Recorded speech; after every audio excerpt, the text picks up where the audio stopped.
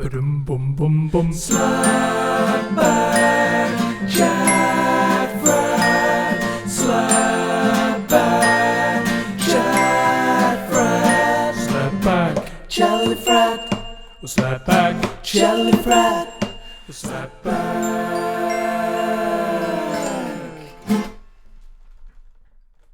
Fine. Bit of a bow wrap. Let me go. Hello and welcome to Slapback Chat Frat. Here we are in Minecraft. Welcome back for our first Slapback in is it of the first one of the year? Yeah, definitely first one of the year. Maybe first one of the last 6 months. Yeah. What's been happening? Well, we're delighted to have formed a mutually beneficial partnership with Minecraft. Yeah. We had Queen. Queen. We had no idea that such a successful video game would take a punt on a podcast with one viewer. But you know, they say there's method in their madness, and they said they wanted to build it from the ground up. And what better way to start than the very bottom of the ground? Like, right, we're talking about a layer of dirt. I mean, not that Beth is a layer of dirt, but I mean, she is. We've been aspiring to reach. She doesn't watch anymore, unfortunately. We've been aspiring to reach ground level for some time. Pretty much all of the time we've been going. That ground level has been a distant layer of unachievability. We've done it. We're back. We're back with new special effects, with a new commercial tie-in, video game tie-in. I mean, I don't want to call it a rebirth, but that's what other people are calling it. Looks like it, doesn't it? I'm going to call it a reboot. Yeah. We've all got different personalities. We've changed a couple of characters around. We've killed off Fonts. Get rid of him. Get rid of the dead. Artistic differences, unfortunately. Yeah, his character will be coming back, but he will be being played by a special guest actor, let's just say. Yeah, I heard, Joe, that you've been talking to some... I heard that you've been talking to some potential actors for Font's role. Who have you spoken to so far? Well, it's not so much me reaching out to them, is very much the reverse. So my phone's been blowing up, as the kids say. As soon as they found out that we were replacing Font's character, I mean, it wasn't so much a problem with the character as a problem with the actor playing the character. Trouble on set, difficult personality, constant demands for more tobacco.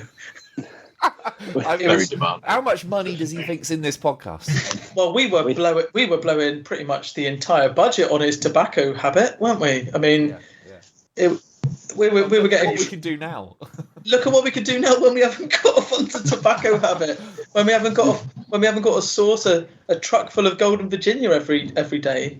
I mean, it's a whole different world. But yeah, so I've first person on the blower was Benedict Cumberbatch, because he said, look, I've had a lot of. He said, look, I've played Julian Assange. Yeah.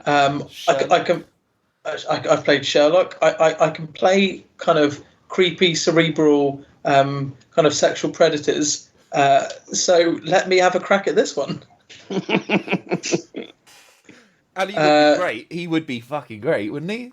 I don't think he's got the chops. I think he hasn't got the physicality. I hope about the tobacco quota. I mean, he said to me, look, I've been going method, and I've tried to intake the amount of tobacco that Font smokes, and he's had to pull out because he said he vomited after a day.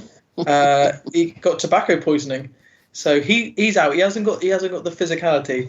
We're looking at Tom Hardy. He's a bit more bulky. Please mind the gap between the train and the platform edge. Please take care when leaving the train. That's a secret for later. Yeah, we'll come on to that later. That's just a little hint for you. Just a little hint of what's to Oh, come. she's so saucy, isn't she? She's a saucy little minx. But the we've decided to settle, well, because we've got this new budget.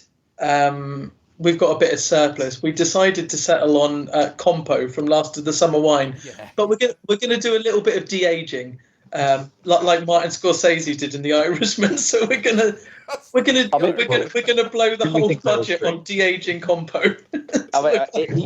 We're gonna need some serious de-aging. Bearing in mind he's sadly dead. So I hope you've got a serious budget and some serious smelling salts to bring him back. Well, it's not so much the real person, Dave. Is we've bought the rights to an NFT of Compo, so we're gonna de-age a kind of you know, like when I don't know, Elvis goes on tour as a hologram. So we basically bought the rights to a kind of digital copy of Compo, but it's as he was. So we're going to have to de-age the hologram of Compo to look like Fontaine. Couple of years. Yeah, we're going to shave off 6 months. 18 months should do it. I'd love to see Fonts in a Last of the Summer Wine remake, like a sort of bang up to date, like new Hollyoaks vibe. Last of the summer vodka and coke. I think what would be a brilliant sitcom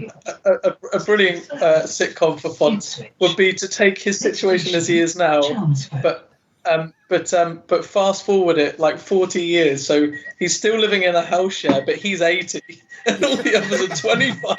Right, like Rising Damp, almost that kind of vibe. Yeah, and he's just like trying to party with all the 25-year-olds. But the reason he can do it is because he owns the house, and they're all like, well, the rent is so fucking goddamn cheap that we've got to hang out with this guy.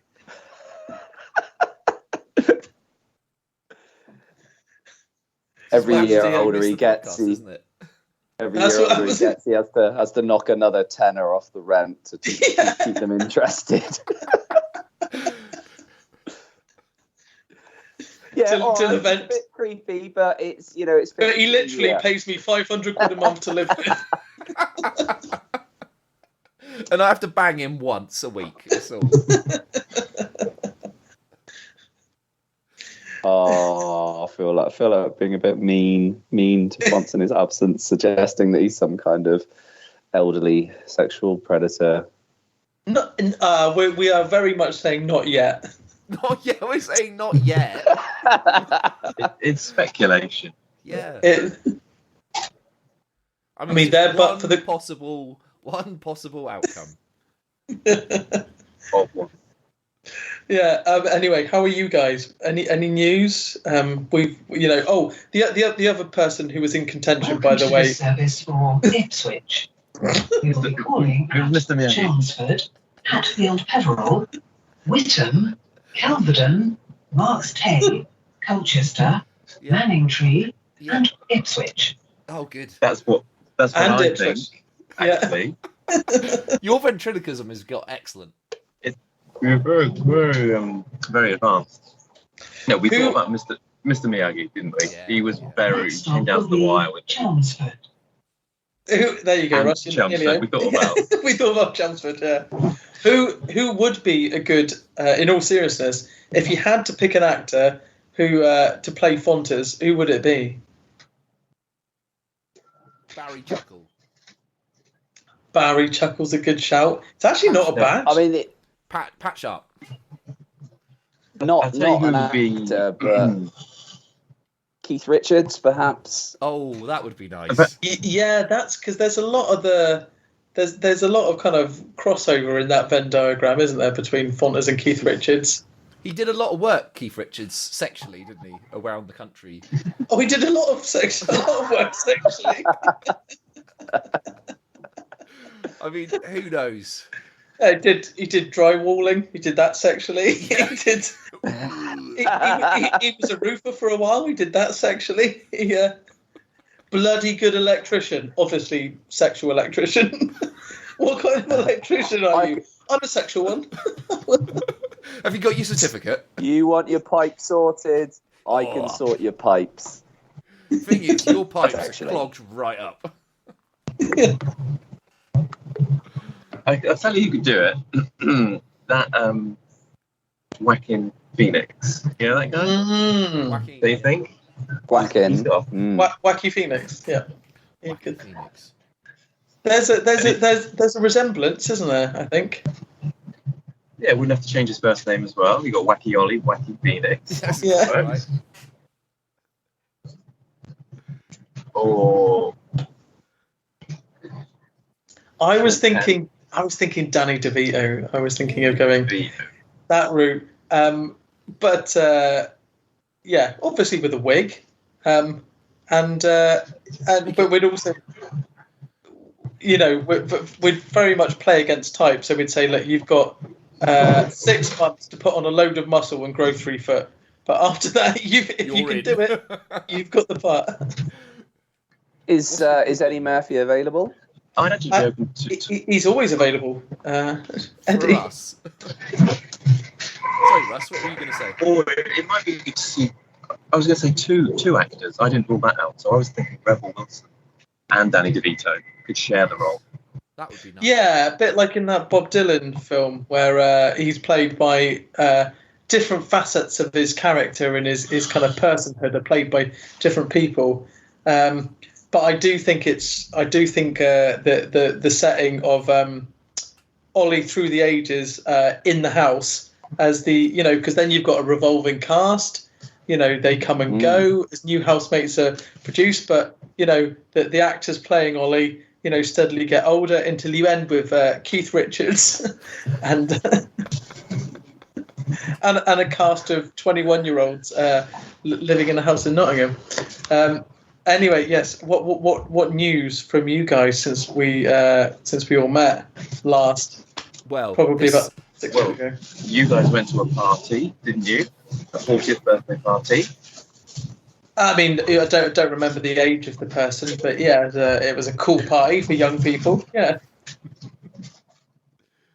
It was an interesting dynamic in the party with the kind of split between the people who were there for the 40th, who were much of a muchness that age, and the friends of the residents, who I would say were probably 10 or more younger. He did notice a significant drop off in the 40-year-olds at about the 10 mark. Not all the 40-year-olds Not stayed. us, obviously. Not let's wrap this up. not all of us, obviously. What's this us business? I'm a cool 38-year-old. Well, I mean, let's just say I'm in my 30s. I remember you. I remember you sticking around until 4 a.m. A fine effort. Yes. Whereupon I walked out the door and immediately threw up in a bush and then walked back to Orley's and Job done. yeah, it was I you know what, I was at the stage where I thought I want to stay, I could stay, but I wasn't. There's that rule that nothing good ever happens in a party past 4 a.m. Or something like that, and I think there's something in that. Have you ever been to a party where the best bits have been right at the end, like in the morning time? No. Yeah. I don't know, really. I notoriously make it quite near the end of the party, and we all of us that normally stay up all just go, yeah, party, best part of the party. And that's what we normally do when us cool lot. It Yeah, was, when it's all got a lot quieter and all of the loud, leery people have disappeared and gone to bed, have a nice quiet chat at 6 a.m. Yeah, see, I don't think I was in any state to have a chat. I was mainly in a state to tell people that I love them. But there's only really so far that can go. Once you've said it 10 times, it's like, cool, yeah, To thanks everyone. for that. To everyone. What about at Dave White's, where we played enter the theme of the Great White Telephone? Wasn't that after 4 o'clock, or was that wasn't? Was it? That was in the. We are now approaching Chelmsford. Thank God. Thank God. If you see something that doesn't look right, speak to staff See it, or text say the it. British See Transport it, Police on See it, say it, sort it. 1116. Wait, here comes the We'll catchphrase. sort it. See it, say it, Yeah. sorted. Bingo. Yes. Nice bingo. Can we use the slapback telephone to say that we've spotted a man on the train who's going to be getting off at Chelmsford who does not look right at all? Joe, We've seen him. You could We're come in saying with it. your bomb disposal skills and blow up his bag.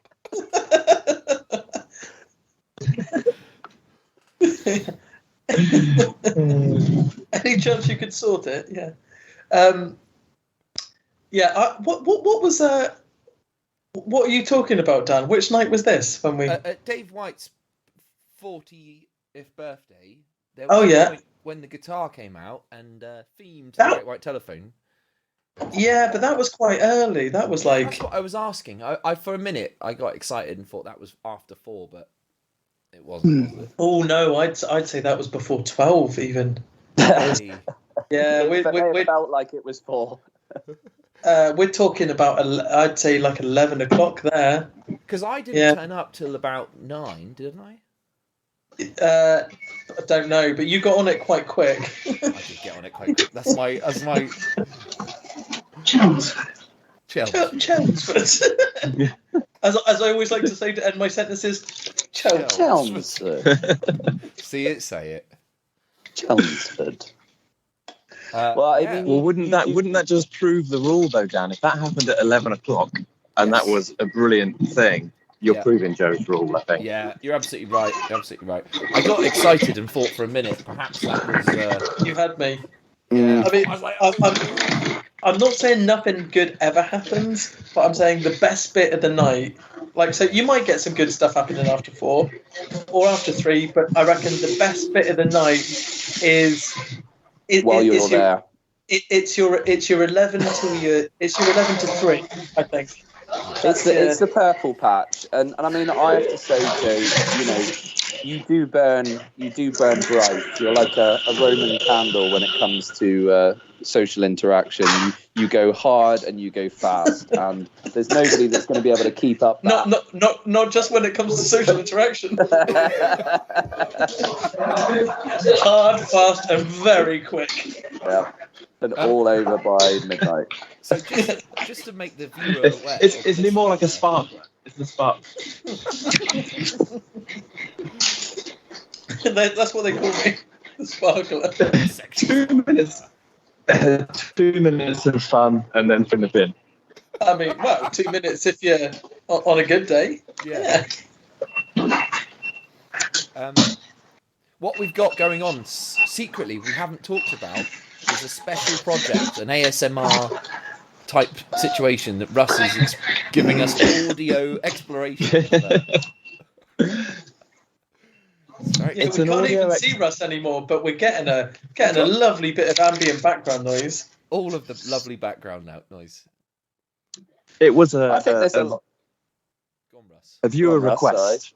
A viewer request, wasn't it? I think from the Yes. mailbag. Yeah, that's right. 1 minute, let me get the letter out right now.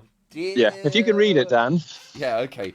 Dear Slapback boys, normally I hate the sound of Slapback, the silence and just the talking. Could you fix it for me that I could hear a train journey from somewhere to Chelmsford? Thank you very much. P.S. Jim. If you could weave in my favourite catchphrase, see it, say it, sort it, for a couple of times, that would be just That would well. be so good. That would be so sweet. And it's at this point we have to thank Minecraft for the budget because we Yes. couldn't have afforded this travel without our sponsor. And Minecraft. I think it's paying off in buckets. Am I right? Yeah, oh, big time. I mean, Big time, yeah. what the viewers, of course, won't be aware of is some of the background to this, where, you're getting the train back from London to Chelmsford, But you helicoptered to London because you didn't want to waste your time on a dirty train. So Keep it when fresh it- as well. Keep it fresh. when it wasn't being filmed, she said, "I'll be, if it's on camera, I'll slum it with the masses." But whoa! But if it's not on camera, I'm a fucking helicopter, baby. And I mean, sadly, because of the visual issues, the viewers won't be able to see that the voiceover lady is actually live and in the flesh, sat next to Russell Garnett. This isn't just a pre-recorded thing. This is, we press the button and Chelmsford. She cost a lot to get for that, and in fact, she cost even more because she said, "Oh, I'd love to talk about what it's like to be a voiceover artiste," and we said, "No, you'll say it sorted. Do the catchphrase. do the big hits." How much for just This is Chelmsford? greatest hits only. Yeah, Chelmsford is a particularly expensive destination to choose. I mean, if we wanted Liskeard, she'll do that for 50p, but Chelmsford. She was like, she said to me in research notes, "I've got a B&Q ad coming up on Tuesday. I really want to talk about some of the new offers." And we responded in kind, "Greatest hits, Deirdre, or you're off the show." Do one. And she pulled it out of the bag. She was brilliant there. Yeah, I see you sitting opposite me. I'm saying no fucking way, Deirdre, and I'm going to sort you out. So what else? And we just like to say how grateful we are. Yeah, Well, no, thank in you. the what else has been going on? The party was it was heavy action. Now it's been years because of COVID, but also, I've got a little baby, and also I don't go out very much or have many friends. So this for me was like, it was the first. It was my first foray into kind of a public event in probably 4 years or something like that. Wow. So I was a bit nervous, but as Dave said, what about Dave's party? what about Dave's? Oh yeah, of course, Dave's party. That's true. I forgot about Dave's party. That is okay. So that's a complete lie. No, because you were there with family. I was there with family. I wasn't off. I wasn't unleashed. Yeah, this is Completely Off the off the chain. no. Although I made a bloody good go of it at your party. You did. The chain was nearly off. But I thought that it was a very strong Joe Webb performance at the party, as I said, Especially but considering I had to burning get up bright. at 6 o'clock in the morning to look after my child. The chain was stretched to a point where which it became utterly useless, it was rendered incapable of any restraint. So I think probably actually I was a bit more restrained at the party than your party, Dave. I don't. Oh really? Yeah, I wasn't. I wasn't. There was no. There was no nudity. I didn't do Do you that. remember? I didn't. I didn't try and climb anything. I didn't. I think I was quite rude to one of your guests at your party, Dave. Yeah, that was me. But yeah, I think I was. I mean, it's very difficult to know. Who were you rude to?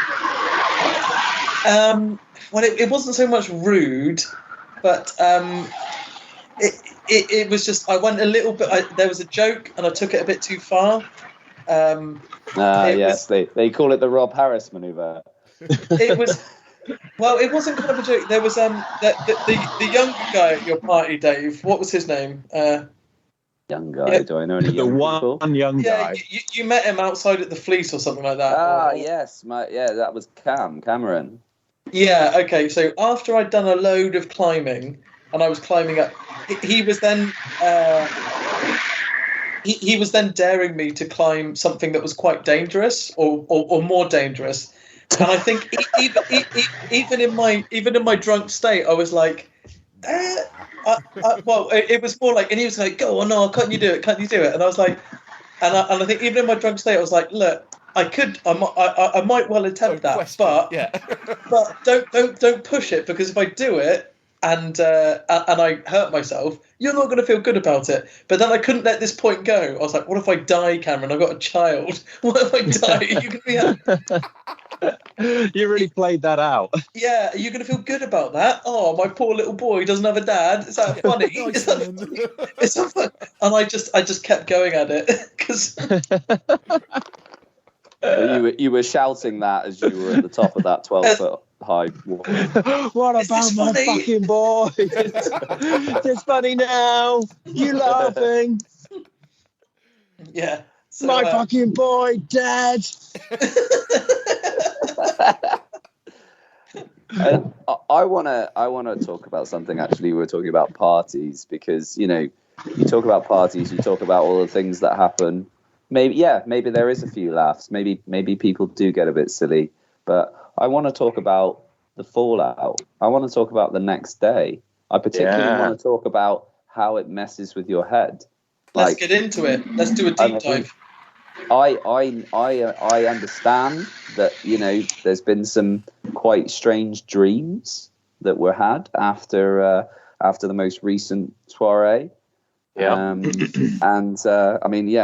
I for one experienced what can only be described as I wouldn't say out of body, more a separation of body dream, which was quite disconcerting. In that my willy fell off, and you may think that is horrendous, but in my dream, I can remember my nature. I mean, I was concerned, but Was it a release? well, I mean, it felt like a that a load was lifted off me because obviously I do refer to my penis as the load. Now, darling, I'm gonna get out the load in a minute. I'm gonna put the load in you. I'm gonna put the load. Loading. Although it fell off, I was aware in my dream that it could be reattached. And if it was attached for long enough, it would start to kind of link back up to my body. And I was being very careful to just let it, let it reconnect. And then I was, walking along and I don't know, I just accidentally knocked it off again. And I can just remember being really annoyed. And then I thought, fuck it, I'm not going to try and reattach it at this point. So I just put it in my pocket and waited until I got home. What kind of fixing did it have? It was no, it was kind of, they were roots. They were kind of roots, Velcro. Velcro would be really useful. Yeah, like tentacles. So like the longer I left it, in place, the tentacles would link up with the rest of my body and form a mesh. But obviously, it's like any kind of wound or repair work. If you do it, you knock it too quickly, it comes off again. Yeah, you've got to let those tentacles take. That's what the doctors always say. If you could have, it's going to take a little. We can reattach your arm, but it's going to take a while for those tentacles to take. Are you a real doctor? Mm-hmm. Yeah. Big time. Did you not hear what I said about the tentacles? Also, from a lot of DIY experience, I can tell you for free that if something doesn't take with the materials at hand, Gorilla Tape. Gorilla Tape will sort it for you. Need to put a picture up with like proper fixings and mount. Just Gorilla Tape it. Double back. Tap it on. How is your roof doing, by the way, Russ? It's a mulchy mess of plasticky black tape. It really, the living room is wrecked. Like bulging, with like water bulges everywhere. I've got hypothermia. Yeah, it's knocked $100,000 off the value of the house. All I've never said you haven't used enough tape. More tape, right. Yeah. It's knocked $100,000 off the house, and that's not to mention the extortionate amount of money you spent on Gorilla Tape. Another $50,000 on Gorilla Tape to cover all of that roof. I ain't gonna pay a workman, mate. I got £5,000 worth of Gorilla Tape. Fuck off. Job lot. It'll do anything. Put your penis back on, no problem. Yeah, the tentacles aren't sticking my penis together. Have you got anything you'd recommend? Yeah, Gorilla Tape, mate. Here you go. So, Dave, where do you think this dream where your penis was detached from your body? Where do you think? What kind of psychological origins do you think that kind of that kind of sprang from? Well, Do you think it was in response to something in the party? I think it was, Joe. And as you know, I am a 17% qualified counsellor, so I'm able to talk about these things with complete authority. And I think that it is probably a reflection of a lifetime of trying to put my penis inside other people. Maybe one too many times, and this is my metaphorical way of saying no. No more. Enough's enough. This thing is done. This thing has been used and done and baked and needs to be left to recover, you know? Well, now, what I would say, right, sometimes when you reach these points in your life, give up, stop. But Sylvester Stallone, Rocky, would say, keep on swinging. He's right. There's two ways to go: give up, or go hard, or double down. How hard were you when you were having these thoughts? Not hard enough. I mean, I have to give it a good slap these days to get anything out of it. But there's still something there. I mean, there's still a willingness. Yeah. I mean, it's not something I thought about before, but yeah. I mean, you know, it is backs against the wall. Maybe that's not the right turn of phrase. But, you know, getting down. That's probably not even better either. But yeah, I mean, there's still fight in the old fella. There's still something there. There's still a willingness. There's still a will, and can somehow harness that. Yeah. Just really hoping it doesn't fall off, you know. Next time you have sex, buy a lot of Gorilla Tape. Don't mind all this Gorilla Tape. Honestly, this is fine. This might look like I have something, you know, some kind of terrible predilection. But, I want to rest assured. This is a tape. This is. I want to reassure you that it's got this 5,000 pounds of Gorilla Tape is just in case my willy falls off. Anyway, let's carry on this lovely first date. Which restaurant do you want to go to? Could you bring? I'm glad you came. I'm glad you came round to my house. Go on, Russ. I was just going to say, I'm glad you came round to my house first before we kicked the date off. Yeah, because I'd hate the Gorilla Tape to be surprised. Yeah. I'll always make sure I've got a picture of your beautiful roof and how it works. We'll prove that. That'll show them that Gorilla Tape isn't. I just want to start this date by saying, look at this fucking roof. My friend Russ ain't messing about. This roof is solid as a rock, and later on. The thing is, you plant the seed, don't you? You just innocently hold up a picture of a friend's roof. You advocate the benefits of £50,000 worth of Gorilla Tape, and then later on in the evening, when you pull out just one roll and look at your penis, and say, "Let's see what this can do." It's totally normal. Let's see whether the night takes us. Yeah. Just look at the Gorilla Tape, look at your penis, and say, "What? I guess. Let's do it." I like the. All right, guys. I'm gonna have to tap out for a moment, possibly a long moment. But I feel like this is an appropriate time to pull out, so to speak. Yep. Okay. Okay, well let's see whether or not. Yeah, okay, you pull out, Russ. You're very ethereal, haunting. You're just a big black blob. Life force, something out of fading. Life force fading. All right, dudes. I'll see you all very soon.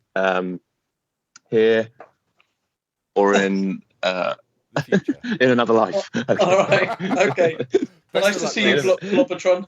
See you in a bit, dude. Bye, bye, See you bye. later. Bye. Wow, that's been wild, isn't it? I've loved having. What a this. ride! What a ride What a from ride, the yeah. from see it, say it, sort it to loud traffic noises. I mean, we got How do you feel? Chelmsford. I just wonder what do we do now Chelmsford. without the. my Wi-Fi will probably work for a few feet outside my house. Do you want me just to go and stand That'd be outside for a bit? That would be great. I'd love us to all be able to do like slapback on location, like Keith Chegwin knocking on people's doors. You've won £5. Yeah, but it would be even better because the Big Breakfast was obviously like a massive show. So when he turned up at people's doors, they were like, "Oh my god, the Big Breakfast!" It would be so funny to like turn up and be like, "You're live on Slapback Chafra." What? I'll say it again. Fuck off. I'll say it again. Yes, that's right. You're You're gonna need to right. listen a lot better than that. You are live on. Yeah. Where's all the cameras? No, I just do it from my phone. It's me. Don't worry, I got this. Yeah, it's me in a phone. Yeah, that's not that guy's not holding a boom. That's a fucking. He's just holding a broom. Just holding a broom. It's close That's enough. not It's my- the best we could afford. That's not mic equipment. That wire doesn't even go anywhere. It's not plugged into anything. It's just a bit of string dangling off it. Yeah, as I Don't said, It's not a Don't microphone. worry. It's not a microphone. It's a cornetto. No.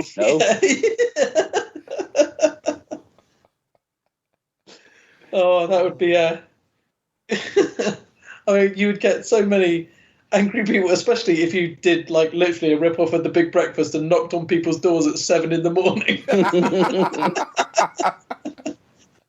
Sandra, We're on a mission to get everyone in your street to run down the road singing, I don't know, Happy by Pharrell. Why? Why is that a good thing? I don't know. We just got crazy challenges.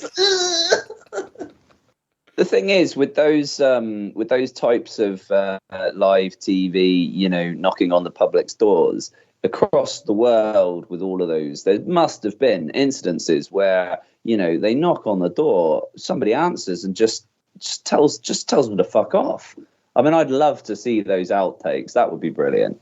But I think that they were all live, weren't they? So the Big Breakfast was all live. They did it all live. They must have they must have kind of at least with someone in the house, like it's too much of a risk for live telly at 7 a.m. to like knock on someone's door and someone to be like, "How about you go fuck yourself, mate?" Oh.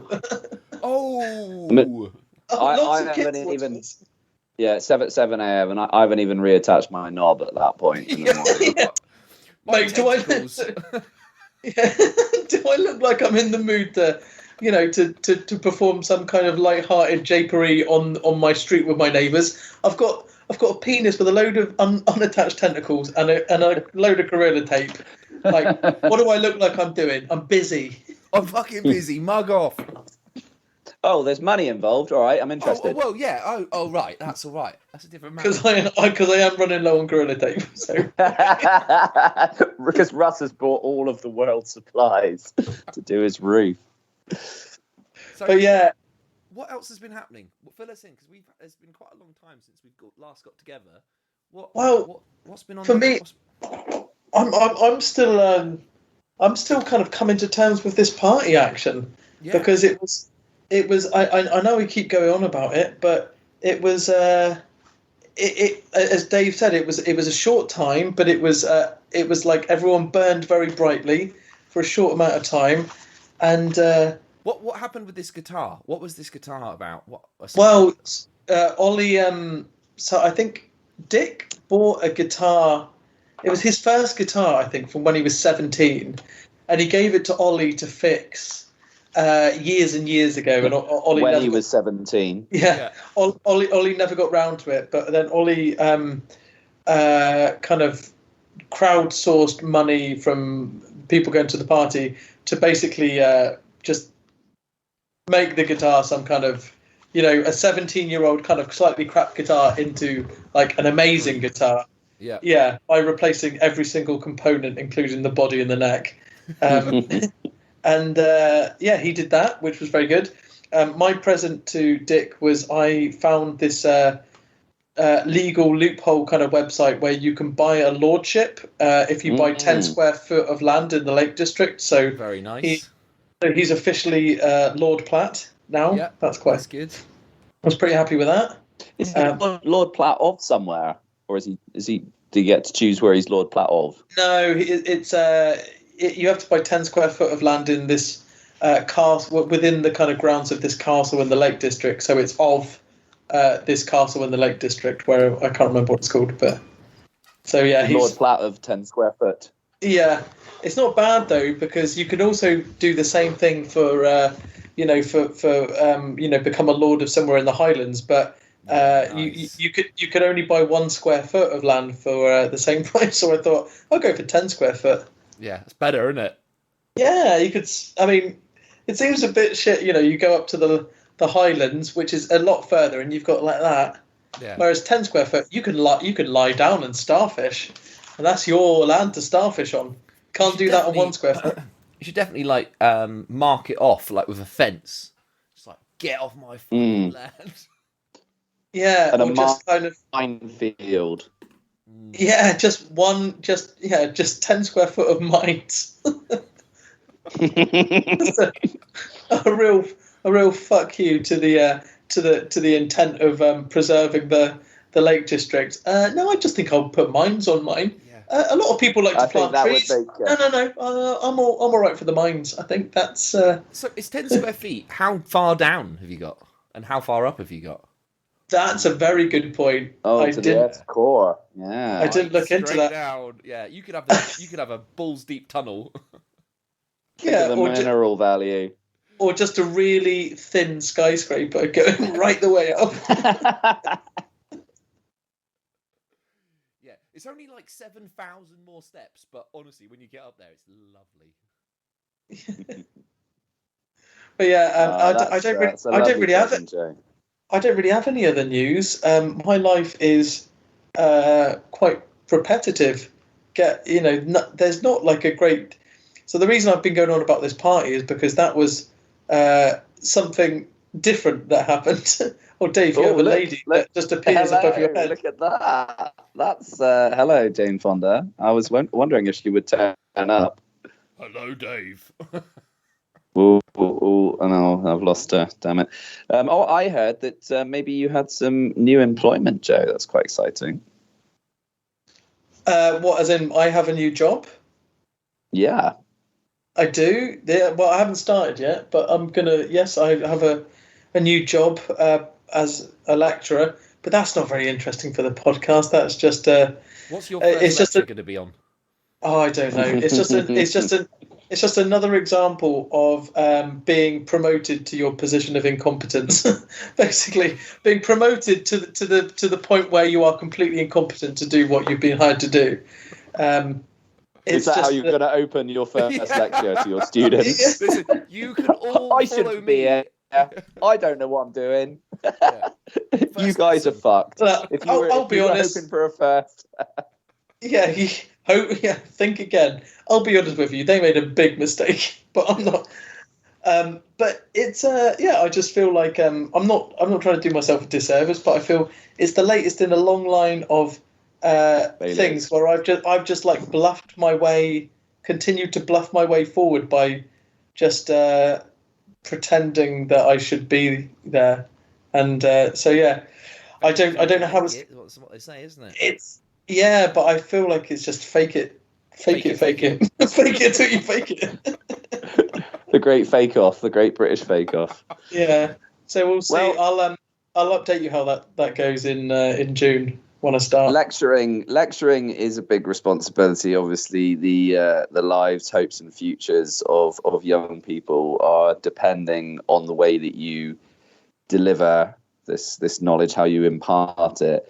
And all I would say is just be mindful of your accent. Now, Joe, you've got a beautiful voice, eloquent, articulate, a generic Southern accent without any particular lilt.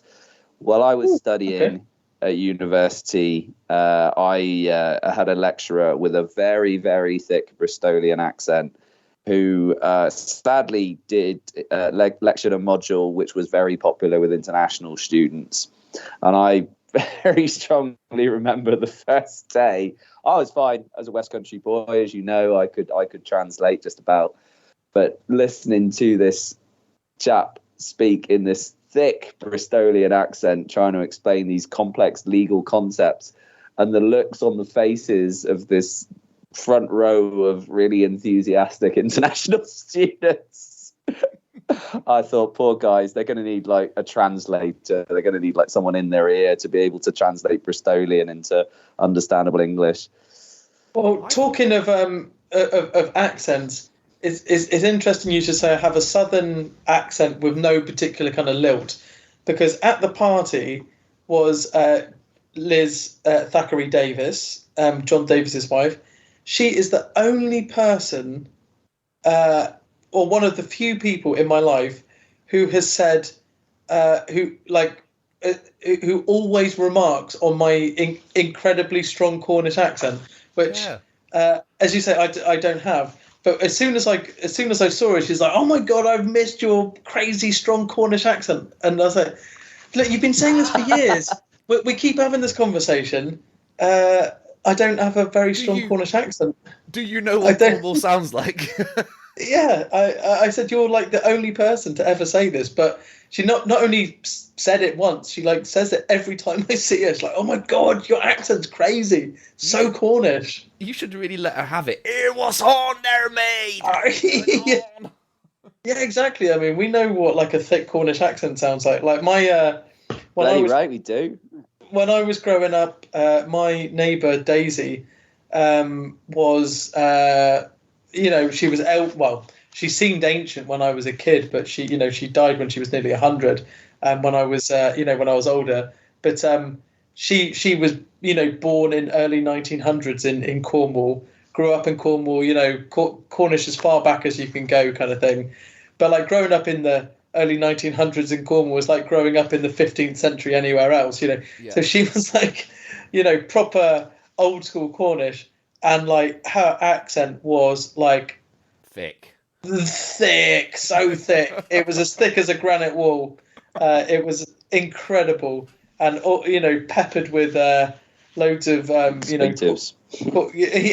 Loads of filth. No, but I mean, even growing up in Cornwall, that was like a real lesson in how thick can you go before it becomes impenetrable, even if you're speaking the same language. I was walking outside Morrison's, right, and there was a farmer. I'm assuming he's a farmer, but he could have been confused for a bum or some homeless person. He was very super, really super. Could have had like a Wurzel Gummidge type situation going on. He was really, and he was talking to this woman. He was nodding, and I walked by, and all I could hear was like, and she's like going, "Oh yeah," and he's like, "Oh baby." It's like it was incomprehensible nonsense that he was saying, and she was just like, "Yeah, yeah."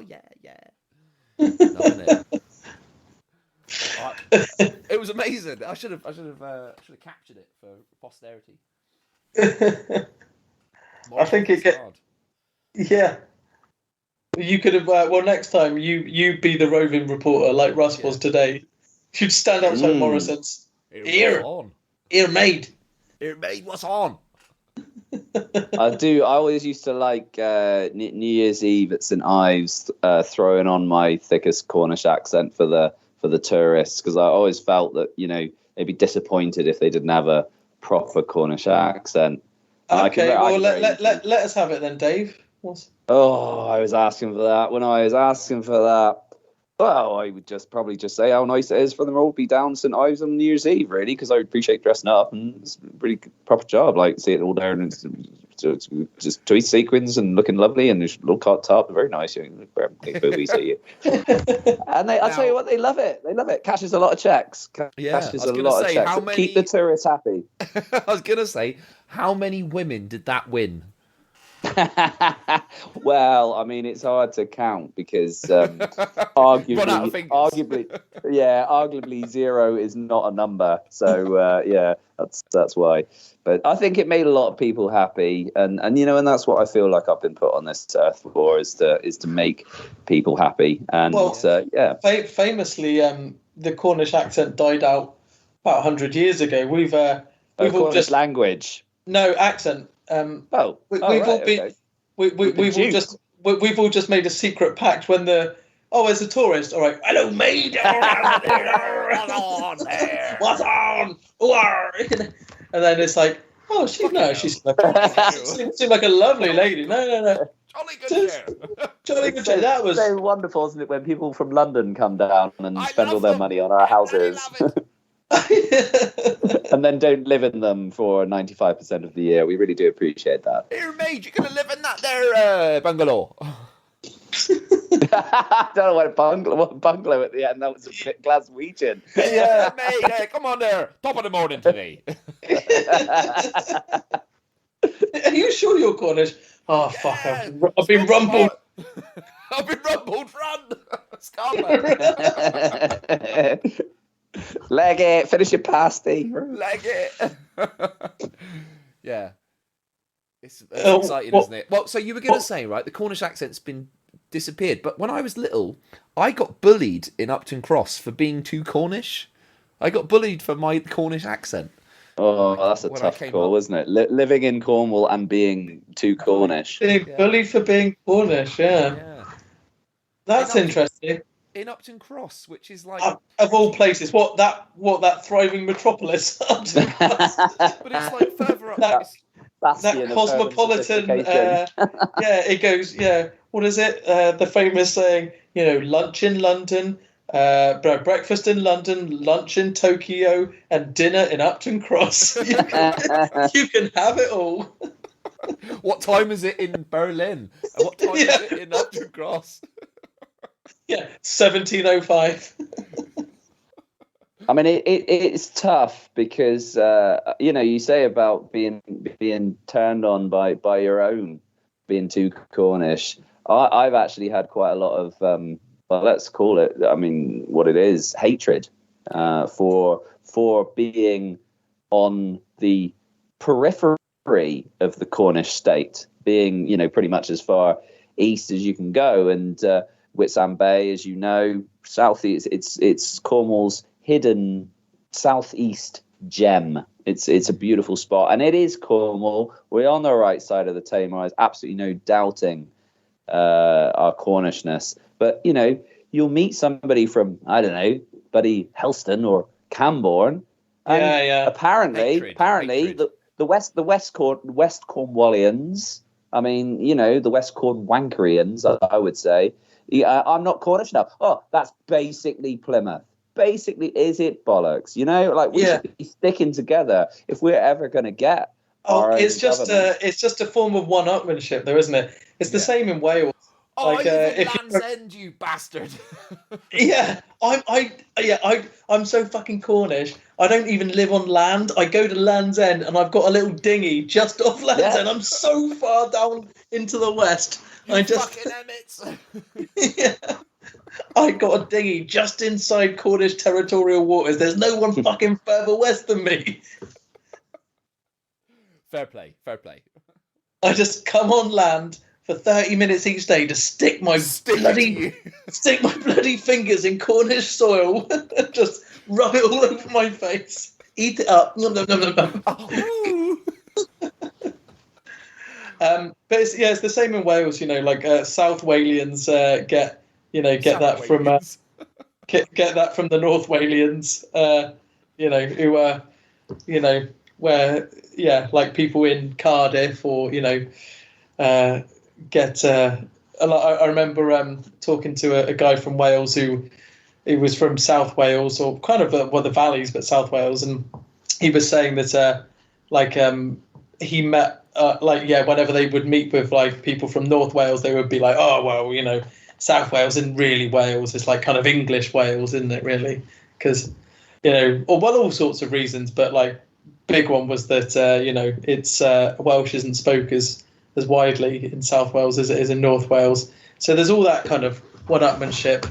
But I think I feel it like a bit like you, Dave, particularly acutely because like when I meet people from Cornwall who are further down, and they're like, "I'm like, oh, Liscard, that's basically Plymouth, isn't it?" It's like, no, it isn't. You do. How fucking dare you?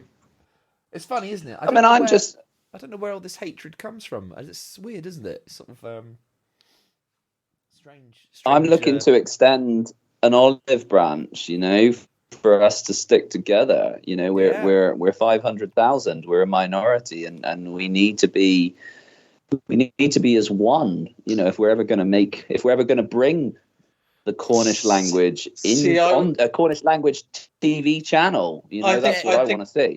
I was going to go the other way and declare war on West Cornwall.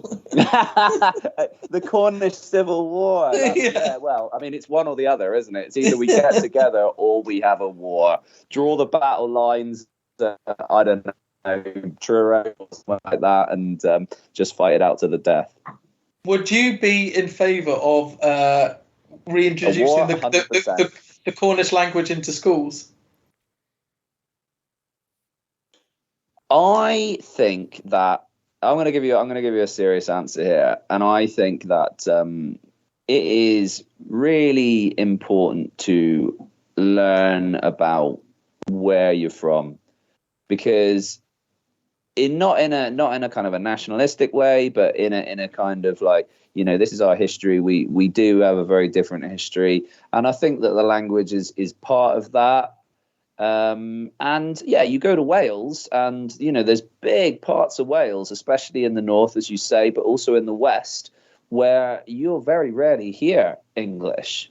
And, it's really wonderful. And people say about the money that was spent on all the signs and all the rest of it. But this is people's identity. People in Wales were beaten not that many years ago if they spoke Welsh. And it's just another example of, English. Oh, I don't know. Yeah, nationalism. And I'm not saying cultural to be imperialism. Yeah, and it's something that So I think it is. I think it is important. I think it is important. So yes, I'll say yes.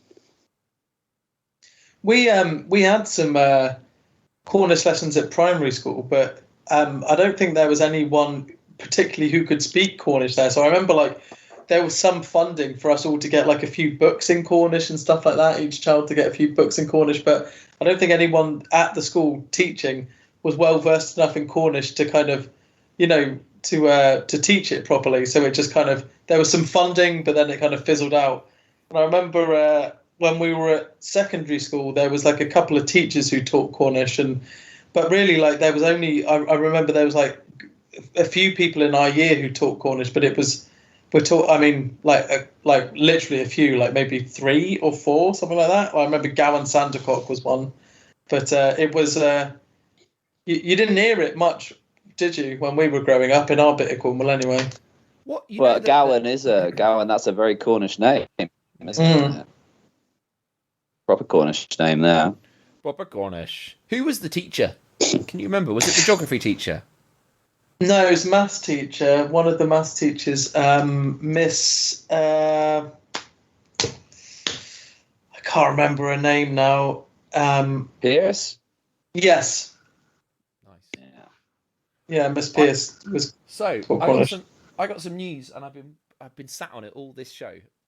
On Saturday, I am going to Matt Arundel's stag do. Whoa. The horror show that is a stag do. Where are you going? Oh, I love a stag do. I've got myself. So we're supposed to be all going in Brian May, and Matt's going to come as Freddie Mercury. So I got myself a beautiful, luscious. Are you not tempted to just throw a curveball and do a John Deacon? Yeah. I could do. I mean, I'd be happy to do whatever. Yeah, I could do a Roger. Mate, I'd do a John Deacon. He's the unsung hero. He is. Go John Deacon. No, I mean everyone's going to want to be Brian May. What about a little John Deacon? I'm not in charge of any of it. I've just been told to turn up. Don't have to be in charge to turn up as John Deacon, mate. Yeah. John Deacon wouldn't do that. No, John Deacon wouldn't. He just smashed the bass all over it. He wouldn't come as Brian May, that's for sure. So what's the plan for the stag do? Well, it's a very gentlemanly stag do, given that it's his second one. So, first one didn't take. So we're gonna. Is that the rule? It was the stag do's if it's your fault. second one, you can't have a proper stag on the second one. It's not worth it. It's not worth it, mate. Not worth it. Not this guy's. He's not sticking with it. Same thing goes for the wedding. It's the second wedding. We're just going to get drive-through KFC and for the catering and doing the blessing as well. Yeah, we're just going to drop in on someone else's wedding. Save on hiring a venue. They're just going to photobomb someone else's wedding photos. Can I stand in front of the church? Yeah. Can I get a copy of that? Oh my god, this is going to be. We'll be straight in and out. We'll be in and out. No trouble. Will be no trouble to you whatsoever. We just want to get a little photo. I'm not being funny, but you've already booked the place. It's all the decorations are up. It's no skin off your nose. It's not costing you anything. Yeah. It's not costing you anything if we just. I mean, it's costing you a little bit when we eat the food, and I suppose it's costing you a little bit for that. But you've already booked the DJ. Can we not just bust 50 of our people in to have a little dance? I'll tell you what, right? Your wedding, exactly how you want it. Just add 50 of us. That's all. That's all I'm asking. Bigger party. Yeah. Also, can you keep your speeches quite succinct? Because I've got an absolute time is cracking on. And can you mention our group a little bit in your speech? No, I just want to explain why I referred to stag do's as a horror show.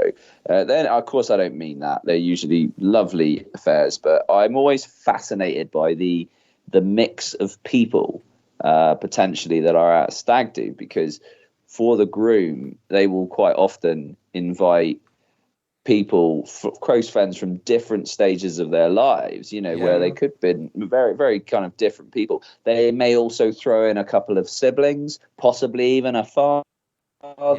So it's a real mixed bag. And then you put all of these people together, potentially a lot of them who don't know each other, and then you put a load of alcohol, and it really is a recipe for fun and games. So do you think that there might be any... That was the beauty of my stag do, because I made all of my friends between 16 and 19, so everyone there knew each other. They all know each other, yeah. Apart from my brother and dad, but yeah, I just got it done nice and early. I loved your. I don't need any more friends. I'm out. Yeah, I'm a big fan of that. Your stag do was excellent. That was great. That was a great weekend. Yeah, I enjoyed it. It made me a bit sad that I can't have another one, though. I mean, I could do, but Wait, I got a surprise for you. Yeah, I mean, check these photos out. Check these photos out. That's a hell of a kind of positive spin to put on someone saying they wanted to divorce you. How would you say? How would you like to have another stag do? What? You know my dream. You know my dream. You always wanted another stag do, yeah? Well, congratulations. Now you're going to get it. What? That's right. We're getting a divorce, but on the plus side, I do like this actually. This is a good one with positive ways to break up with somebody. So, for example, as a woman, you could say, "Do you know what you really love? You'd love another stag do." Positive way to break up with somebody. I mean, there must be more. There must be more that we can think of. You know how much you love the sexual planning clinic, the STD clinic. You know how much you love other vaginas. Other vaginas. You get to try as many vaginas as you want. Not as you want, as you are able to get. That's a crucial difference. My wife said. Yeah, but my wife said I could try whatever I want. Oh, A, ex-wife, and B, no thanks. but I'm young, free, and single. Yes, you are. I could do whatever I want. I'm having a great time. Yeah. I love my life. Oh, so what else have we done in this last 6 months? What else has been going on? Loads of shit's been happening. When did we last meet up? Did we meet up at Christmas? Did we No. back at Christmas? No. I don't think so. Jesus. Sweet Jesus. I don't. Yeah, no. I think it's been. I reckon it's been at least 6 months. It's been a long time. Cold winter, very cold winter. Well, I mean, probably the last time we met up, we were still under lockdown. So that's amazing. I mean, I think we had a slapback since your birthday. I think we did Dave's birthday. I think we discussed. I think we had a debrief on that after that. But I think that was the last one. When was your birthday, Dave? Was that September? Yeah, middle of September. Yeah. So I reckon maybe we had one in October or something like that. But I reckon that was the last one. So yeah, we've done a good 6 months break, which is good because look, we've come back revitalised. So much. Loads of stuff to say. Takes a bit of time to get the wheels of conversation moving in Slapback, doesn't it? And by the time we finished, we're nearly ready and warmed up and ready to go. Hello. Yeah, it's like a steam train pulling away from a station, isn't it? It's squealing, crunching of brakes, grinding along the rails painfully. I might have to go in a second because it sounds like Danny's just woken up, so that's probably my time. That's it. Okay. He'll want to know what's been on in the show, I imagine. Oh, that's how I'll get him back to sleep. I'll just listen to this. Well, okay. Thanks very much, everybody. We'll wrap it up for tonight. This has been Slapback Chat Frat. Thanks, Joe. Thanks, Mr. Dave. Thanks, roaming reporter Russ. And we'll see you hopefully within the next 6 months. Yeah, see you in another 6 months where we'll have another Nothing 2 else to stories to talk tell. That steam train will be going full-blooded. Right. Be safe, everybody. Peace. Slapback Chat Frat.